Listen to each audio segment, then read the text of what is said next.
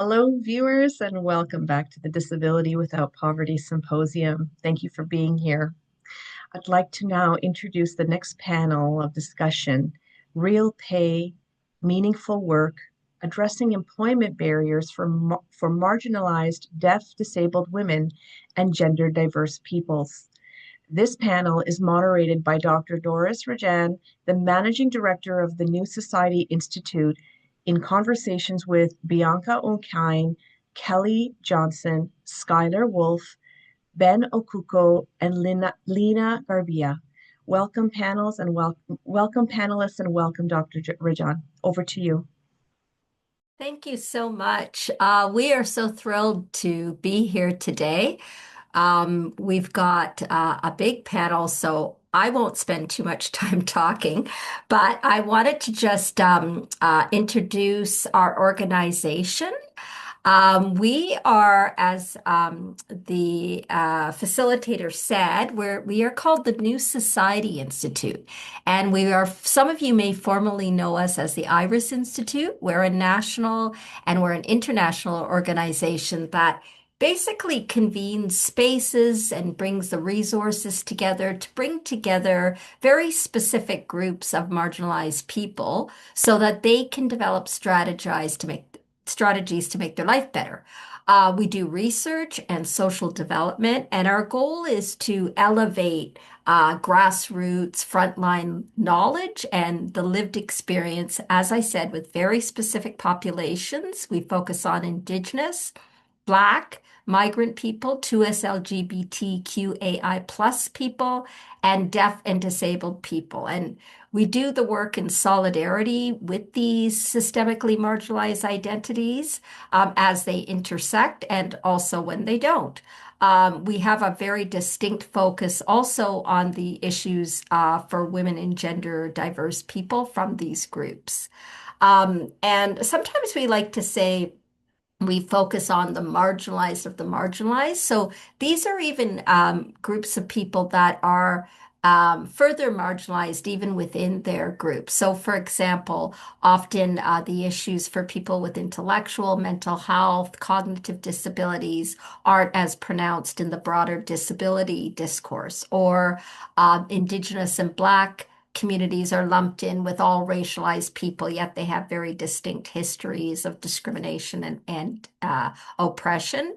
And we focus on trans women, again, for the same reason of being grouped in with the larger 2S LGBTQAI plus communities with very distinct issues. And we really focus on refugees because often refugee issues are lumped in with immigrant issues and they're quite distinct. And I think the reason why we focus on these communities is not only are their issues often secondary in those communities, but they also experience the highest rates of everything, gender-based violence, housing disparity, poverty, etc. So, what we're going to talk about today is a project, a 3-year project that has been funded by Women in Gender Equality Canada. And it's looking at addressing the barriers that deaf and disabled people, specifically from those communities, experience when they're trying to get and keep a job. And what we've done with this is we've sort of be building off another initiative that we have been developing for a couple of years now called the Accessibility Exchange. Some of you may have heard about it, but basically what this is an online platform for deaf and disabled people to earn some money at the same time offering their expertise in accessibility to organizations that are monitored, reviewed by the federal government. So these are federally regulated organizations, which there are thousands of. They're small, they're provincial, they're local, they're national, things like all the airlines, Air Canada, WestJet, in transportation and our phone companies, banks, etc. All of these organizations are regulated by the federal government, and therefore they have to create accessibility plans with people with disabilities and deaf people. And we want to make sure that they didn't just go out and check a list and say, we've talked to 5 people, but they had access to people from coast to coast to coast, representing the diversity that exists in the deaf and disability communities. So, with that, I'd like to introduce, and in terms of the Accessibility Exchange, if you're interested in learning more, please be in contact with us and we can share more information and how you could register on it.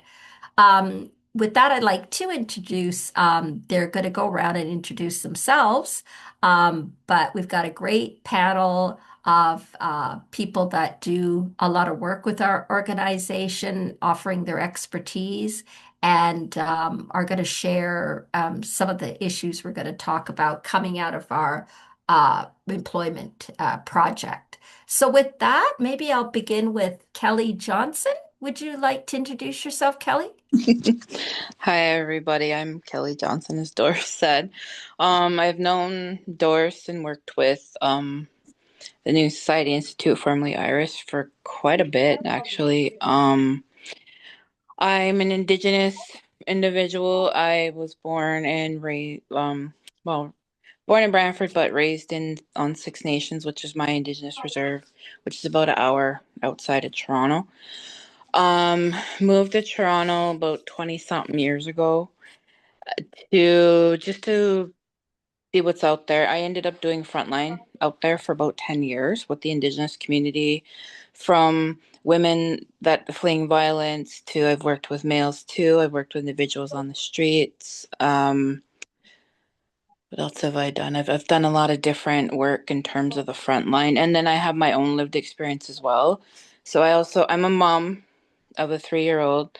So I also have a mental and a physical disability. So um adding the title of a mother in a row now is a little challenging as well. So I've done a lot of advocacy group in terms of that through Iris, and then just clients and that I have worked with. So I'm really glad to be here.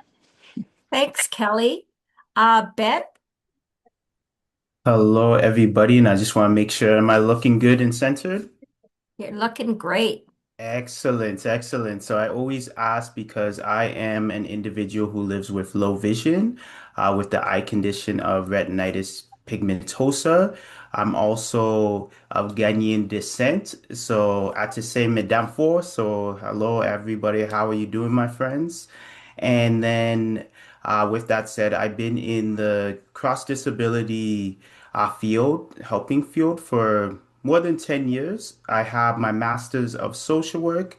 So I worked in a group home of mental health, as well as working within employment in disability, and then also working with individuals who are blind and low vision, and working at a school for the blind as well. So I am very excited to be here. I've been working with Doris for, I don't know, time goes by. It's like you go to sleep, you wake up, and you're like, oh, I've known Doris for almost 5 years now. So, really excited to be here and share my experience about employment. So, I'm going to pass it back to you, Doris. Fantastic. Thank you, Ben. Skyler. Sorry, I'm just a little nervous and all, but Yeah, take your time, Skyler. I'm Sky. I'm originally from Peguis First Nations, but I reside here in Winnipeg, Manitoba. I've also been part of the LGBTQ community. I also have a mental disability. I've gotten to work with Doris now for a couple of years, which has been fun. And it's been so exciting to even just be involved and being part of this group as well, and being able to voice out and being able to talk about what I need to talk about as well. And I'll pass it to Doris. That's great. And I should say that all the panelists here are part of our local solidarity networks, and they're real leaders in that work. Ben has been really, really key to the design of the Accessibility Exchange as well. And how about Lina? Hi, everyone. Well, I'm Lina Gharbiya. I am a settlement manager, and I was a settlement advisor for the longest time at the St. John Newcomer Center here in St. John, New Brunswick, in the East Coast. I work with, of course, all newcomers, and we have lots of newcomers that come with special needs. Some visible, some invisible, and that is another issue that we face as well with our clients, or I really struggle with, especially when it's not visible disability. The stigma and the discrimination, unfortunately, for our family members and friends that go with the special needs is really high. But to add with the newcomers with lack of language sometimes or very low language skills, that adds to the equation as well. People look usually at newcomers, especially if they don't have the language. They look down to them sometimes, and with the special needs, it's you can imagine it's really damaging for them. It's really hard for them to settle. It's really hard for them to even excel or succeed. Here where we come. We try to help, we try to connect them with the right resources. That also is a huge challenge that we face, at least in my region. I'm not sure about others, to find the resources and who's doing what. That has been a real challenge, to connect people to the right resources that could help them. So basically, I've been actually involved, I've been with the St. John Newcomer Center officially myself for almost 10 years now. But personally, I've been involved in the community for almost 30 years now. And these are the people that always ask for help and need help and support. And I've been helping them just in another capacity. So I've seen it all. I've seen the improvement, and I want to say, but not really much. It's really sad. And if there is any improvement, maybe from my part, that I am aware of more resources that are there. So that is a huge challenge, but definitely the newcomer community and individuals, they're really, really struggling. The intersectionality to whatever they're going through as newcomers, individuals with special needs, as women, sometimes in some cases, or through the LGBTQ folks, through racialized individuals. There is a lot, we see it all, and this is where we come. I do lots of work in advocacy, but my gosh, we're way far from an acceptable level. Thank you, Lina. Aya.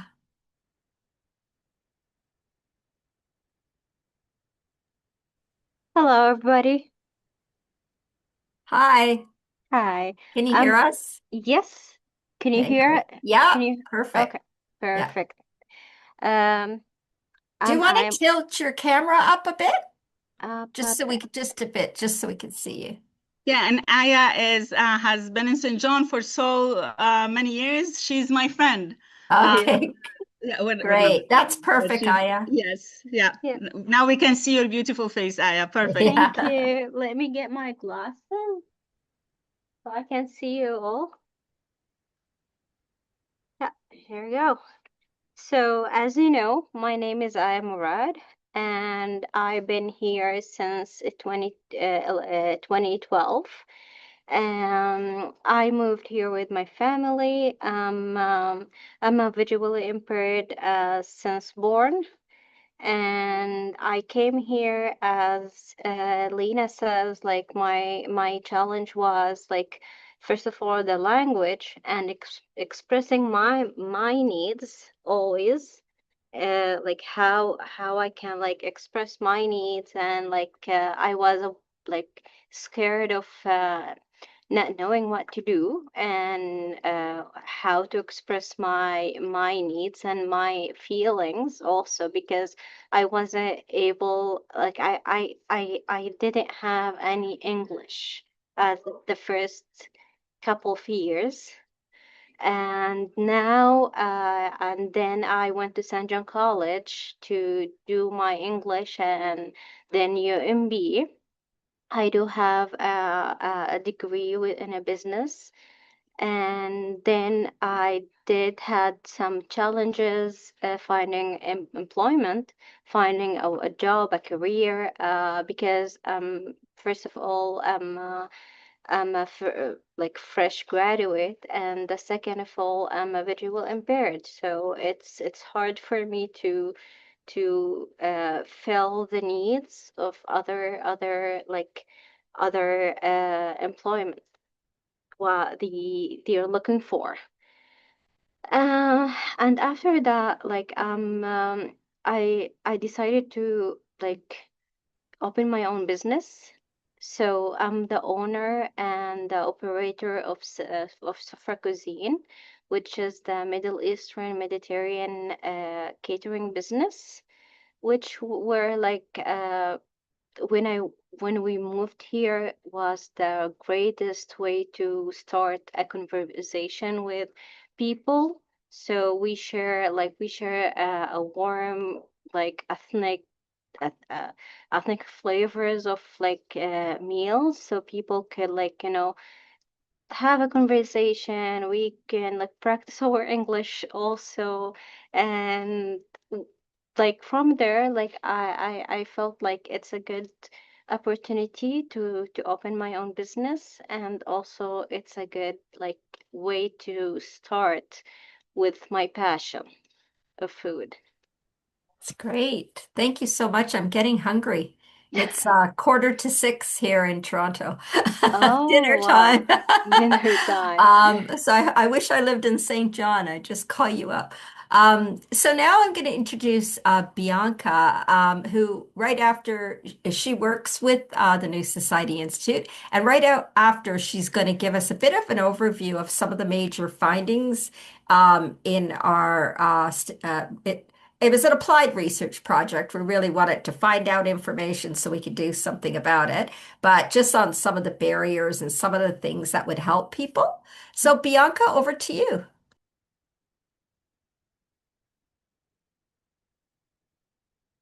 Thank you, Doris.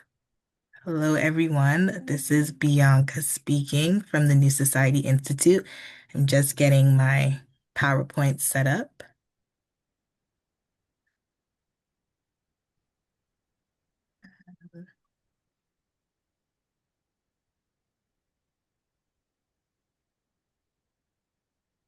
Just need confirmation if this can be seen on full view.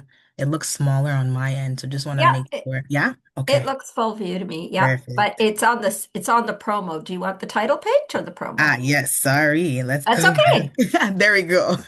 Okay, perfect. So it's great to be with you all this evening from Toronto. And so my name is Bianca Okine. I am the manager of social development at the New Society Institute, and I'll be providing sort of a project overview on our Real Pay, Meaningful Work, Employment Barriers for Marginalized, Deaf, and Disabled Women and Gender Diverse Peoples project. And so before we begin, we just wanted to share our promo video with you all.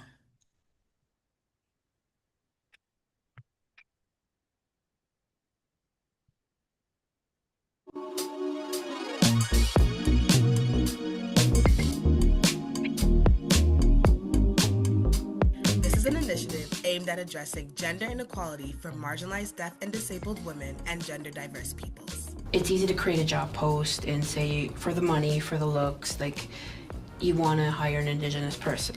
There's just no support, understanding. There's also prejudice. Someone else who's not racialized is expressing an emotion that is vulnerable oh my gosh, let's come to this person's aid. This is what she's going through. And it's just like, I shouldn't have to cry to. Sorry, I'm getting a message that it's not showing. Maybe I need It to, is now, but it it's is just now. stalling. Yeah. Okay, let's try to back up a bit more. Okay. And Okay. sorry about that, everyone. This is an initiative aimed at addressing gender inequality for marginalized deaf and disabled women and gender diverse peoples. It's easy to create a job post and say, for the money, for the looks, like you want to hire an Indigenous person. There's just no support, understanding. There's also prejudice. Someone else who's not racialized is expressing an emotion that is vulnerable. Oh my gosh, let's come to this person's aid. This is what she's going through. And it's just like, I shouldn't have to cry to show you I'm hurt. I did everything the way that, from a cultural perspective, I answered it on a computer.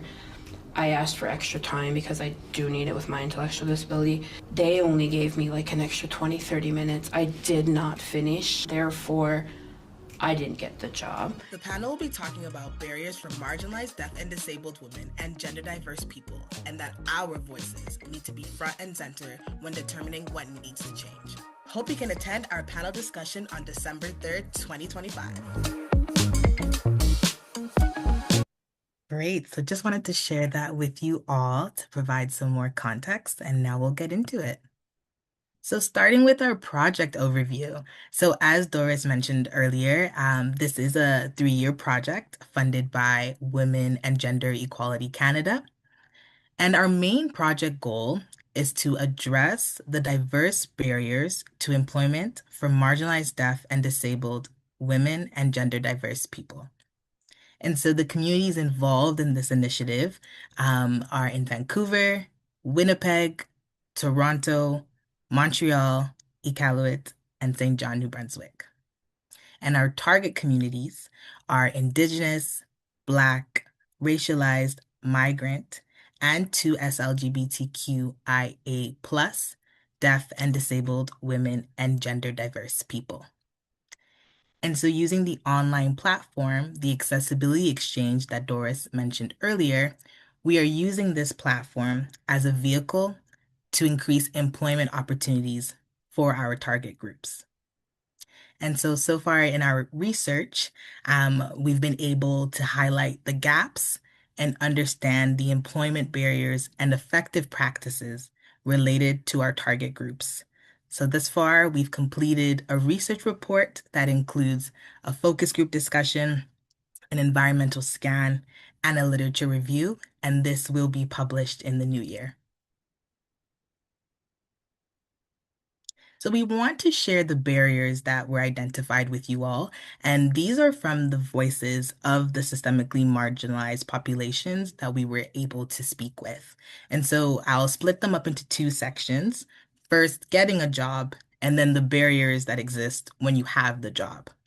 And so some of the key highlights were that there's lack of accessible job advertisements, lack of access to technology and digital skills when aiming to apply for jobs, inadequate accommodations during the hiring processes. And an example of this could be, not having access to an ASL interpreter when interviewing, or not given the interview questions prior to the interview. We also learned about discrimination during the hiring process. And a very big issue was the fear of losing disability and income benefits. And so we learned from the community members that they often had to weigh whether it was worth losing their provincial disability benefits or other income benefits for employment that wouldn't always be constant, that they would maybe feel unsafe in, or that they would feel discriminated against while working. And so they would always have to weigh if they wanted to give up their income benefits, or if they even wanted to look for cash jobs so that they can keep those benefits. So that was huge.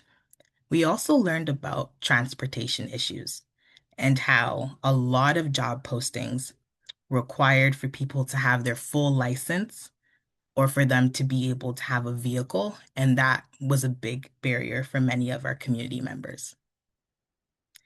Now, those were the issues with getting a job.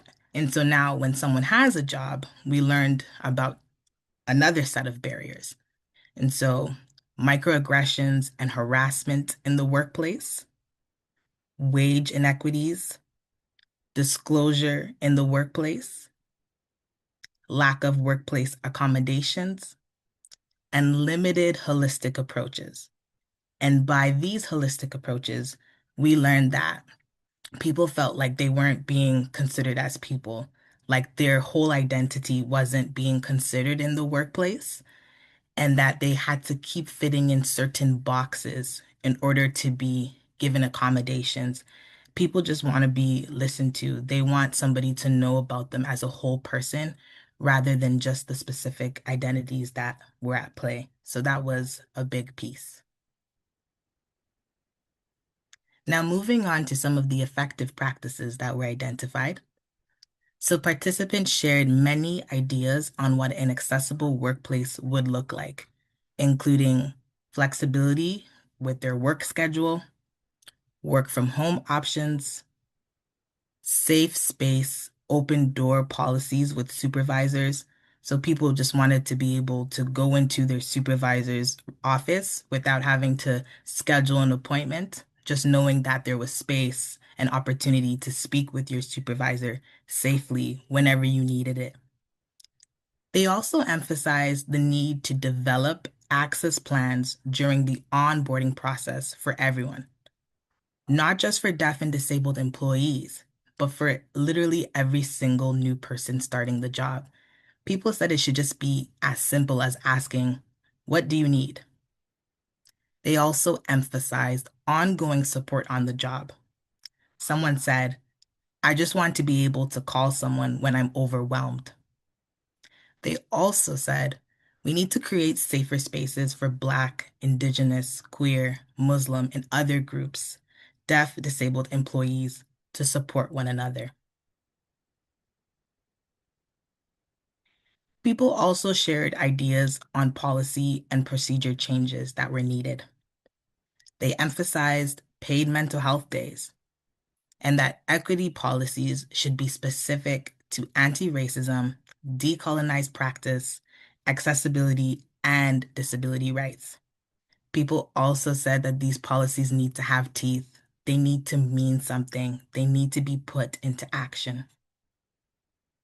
We learned that equitable management practices are needed to ensure representation of marginalized groups with the supports that they need to succeed, like skills development and other professional development opportunities.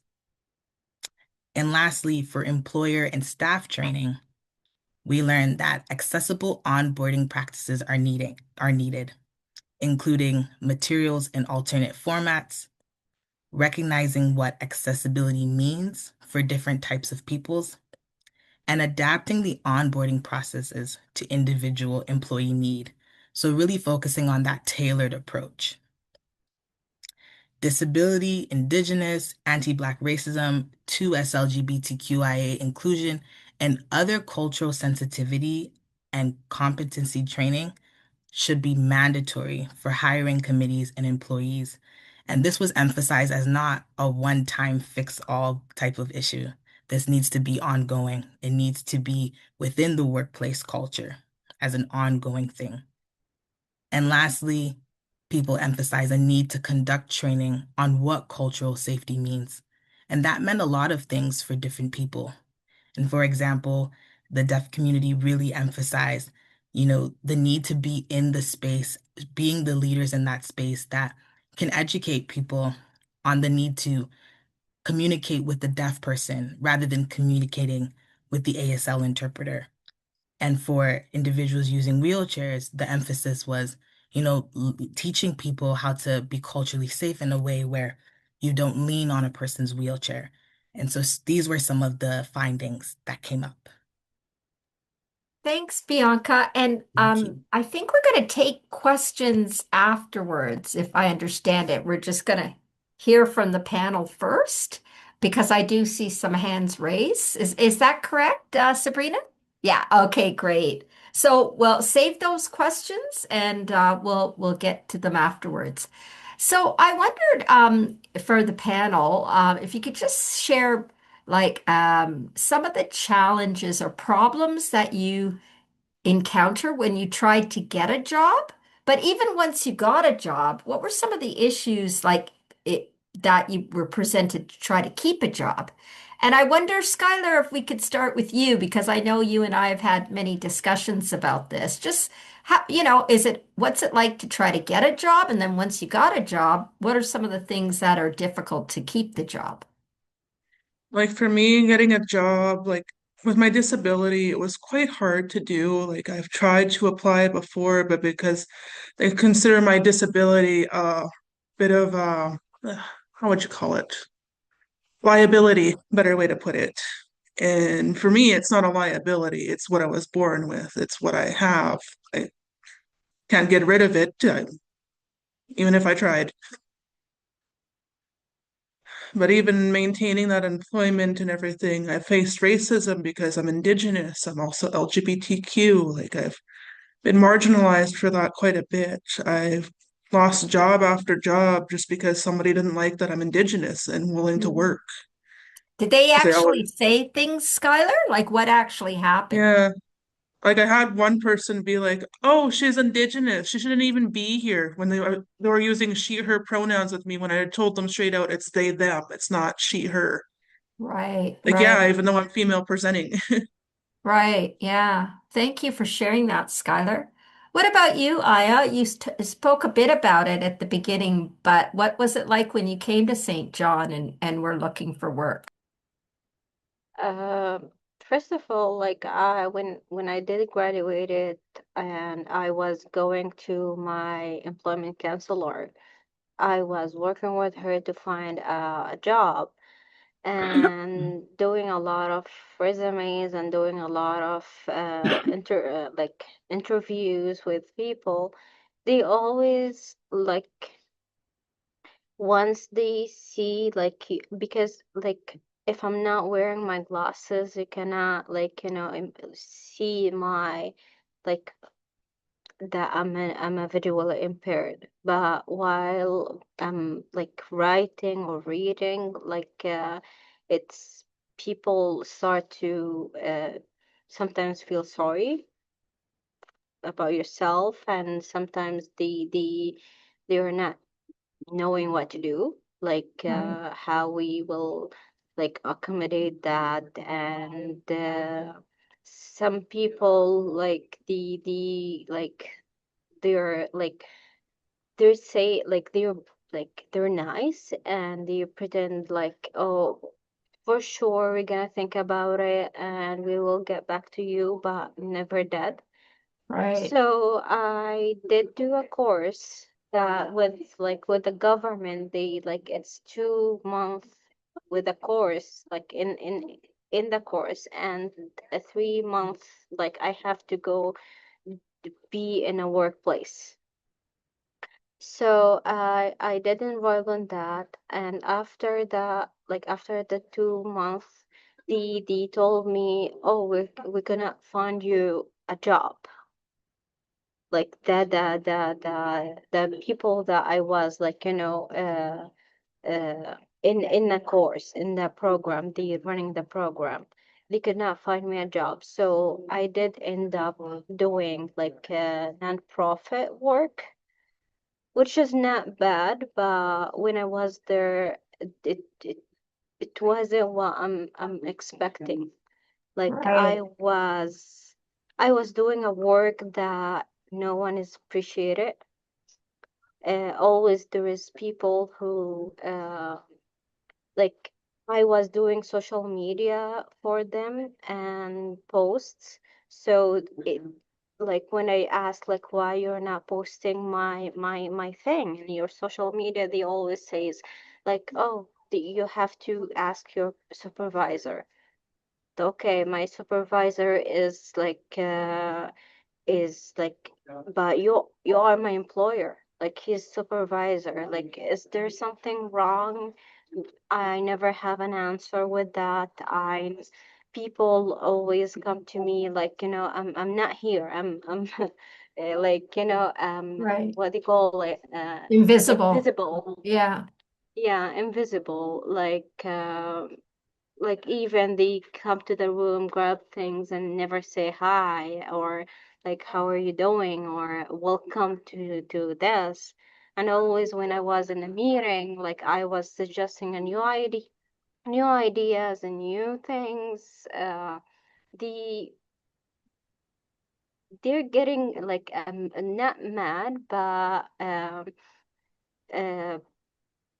uh like, okay, like, Kind of dismiss you, like just yeah, like, yeah, yeah, okay, yeah, yeah. yeah. So I figured out to not complete my the 6 month, I guess, with them, and I did end up with 3 or 4 months doing what I'm doing, and mentally I was damaged with like everything, and I told myself, no, I'm not gonna let anyone to underestimate my brain, or even if my vision is not working, I have a brain to to to to do this.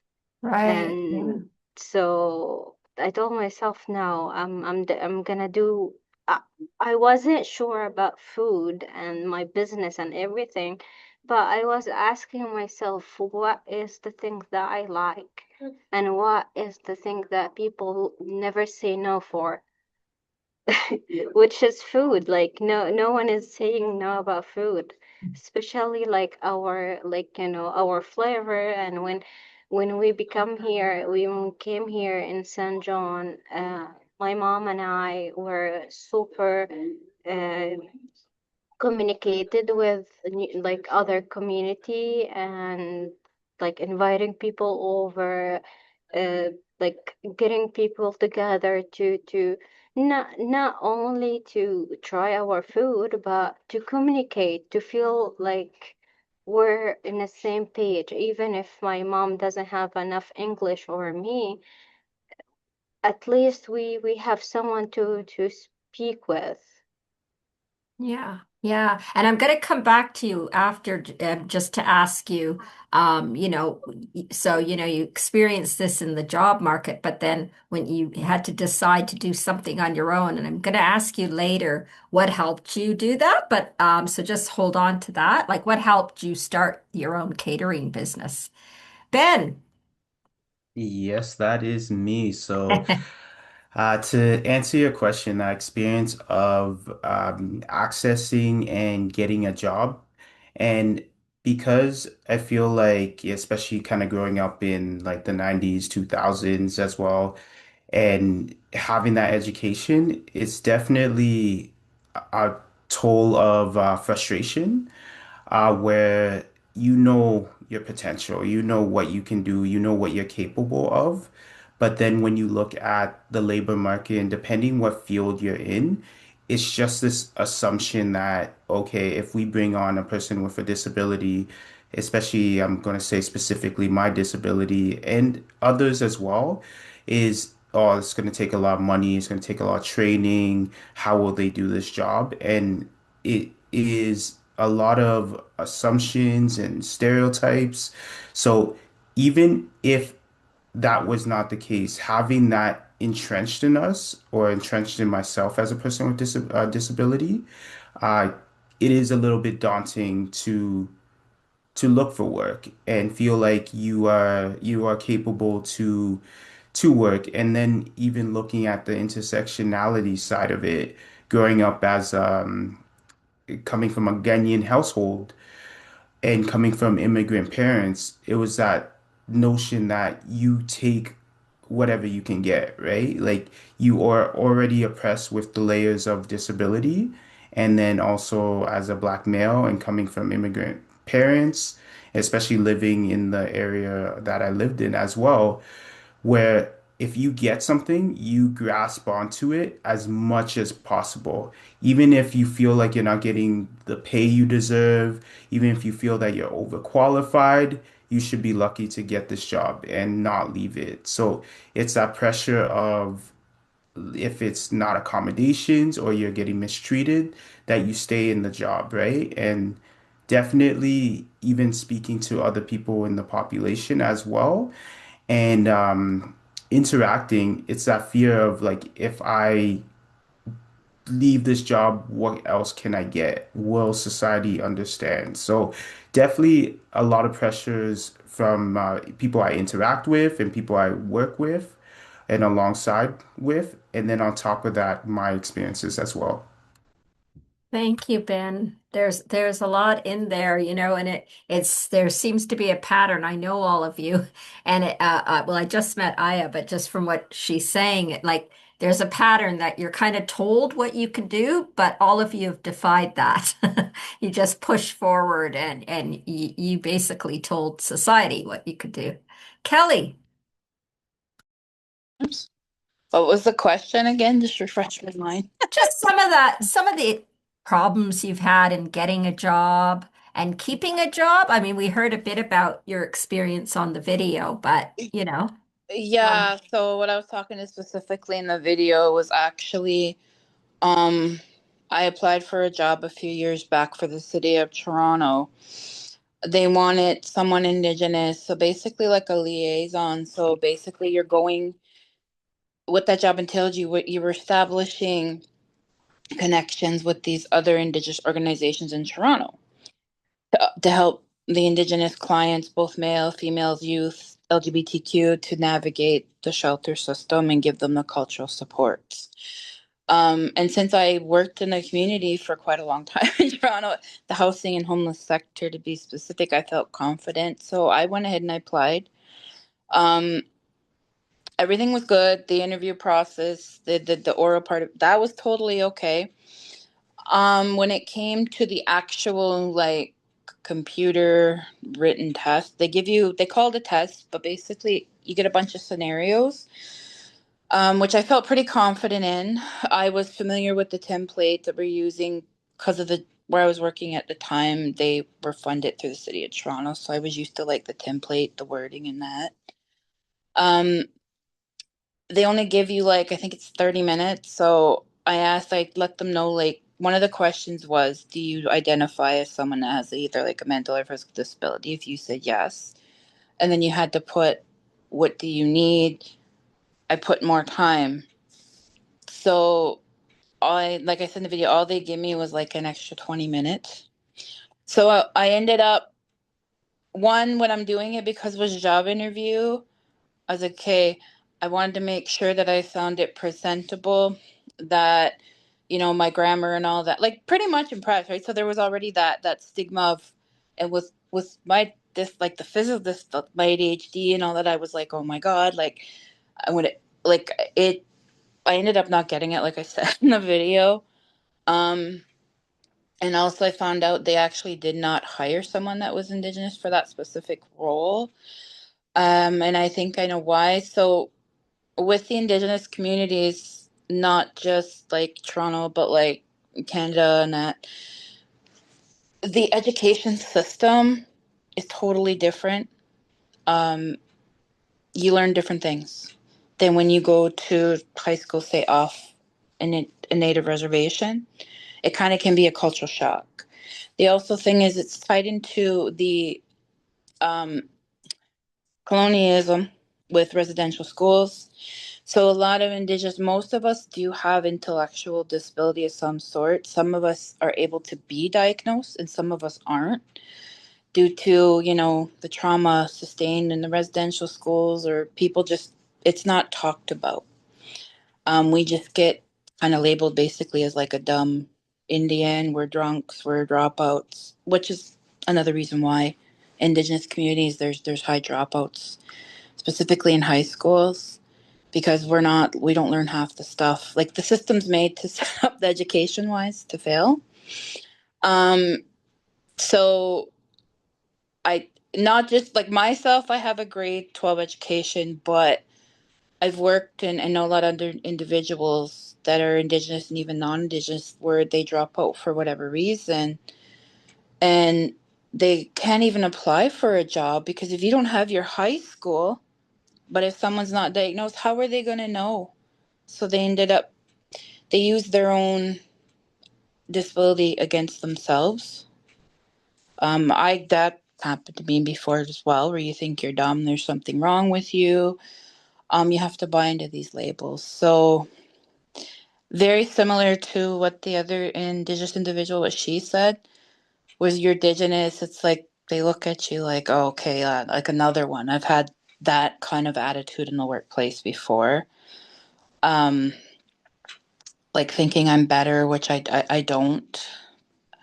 There's also, I think, a cultural component that, especially with the Indigenous community, that has to be taken into consideration.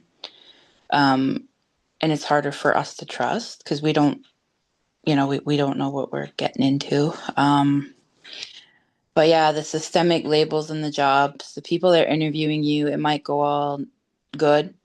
But again, if you don't have a grade 12 or you don't have a bachelor or whatever in this, whatever you're going for, it's like they don't take in lived experience as a form of an experience.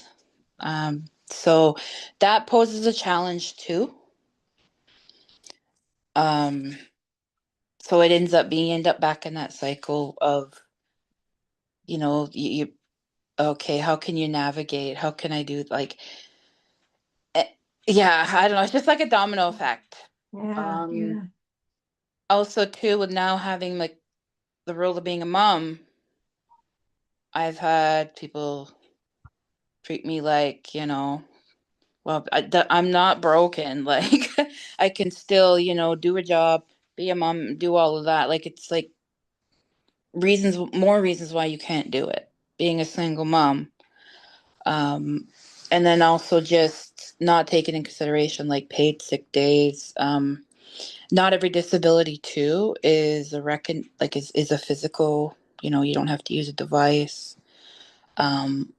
Like with mine, I get days where sometimes I miss work a lot because I just can't. I have to just, you know, stay home at night. Um, so that's not, a lot of that stuff ain't taken into consideration either. Right. Yeah, so it kind of just, again, systemic labels. I hope that all kind of made Yeah, sense. no, that's great, Kelly. And we've only got 5 minutes left, right, Sabrina?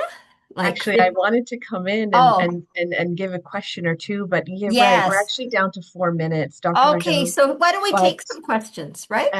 so I did have some of them are a little bit deeper about policy reforms. Um, uh, I think I'd like to pose this question to the panel and see if what they, from their perspective, because I wanted to say on behalf of the viewers, thank you so much for sharing and just enlightening us with the situation and how it is in your world. It's very, we're with you. And we really just really appreciate that you've shared this with us. So the question I have here is from a viewer. What roles can allies play in helping removing barriers at work?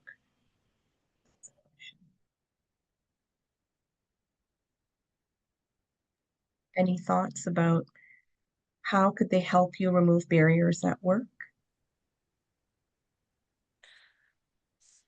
And this is Ben speaking. If no one wants to go, yeah, definitely with that support and know that some of our counterparts have a little bit more power and voices. So definitely to know that balance on how to utilize that power and voice, and then at the same time not speak for someone with a disability.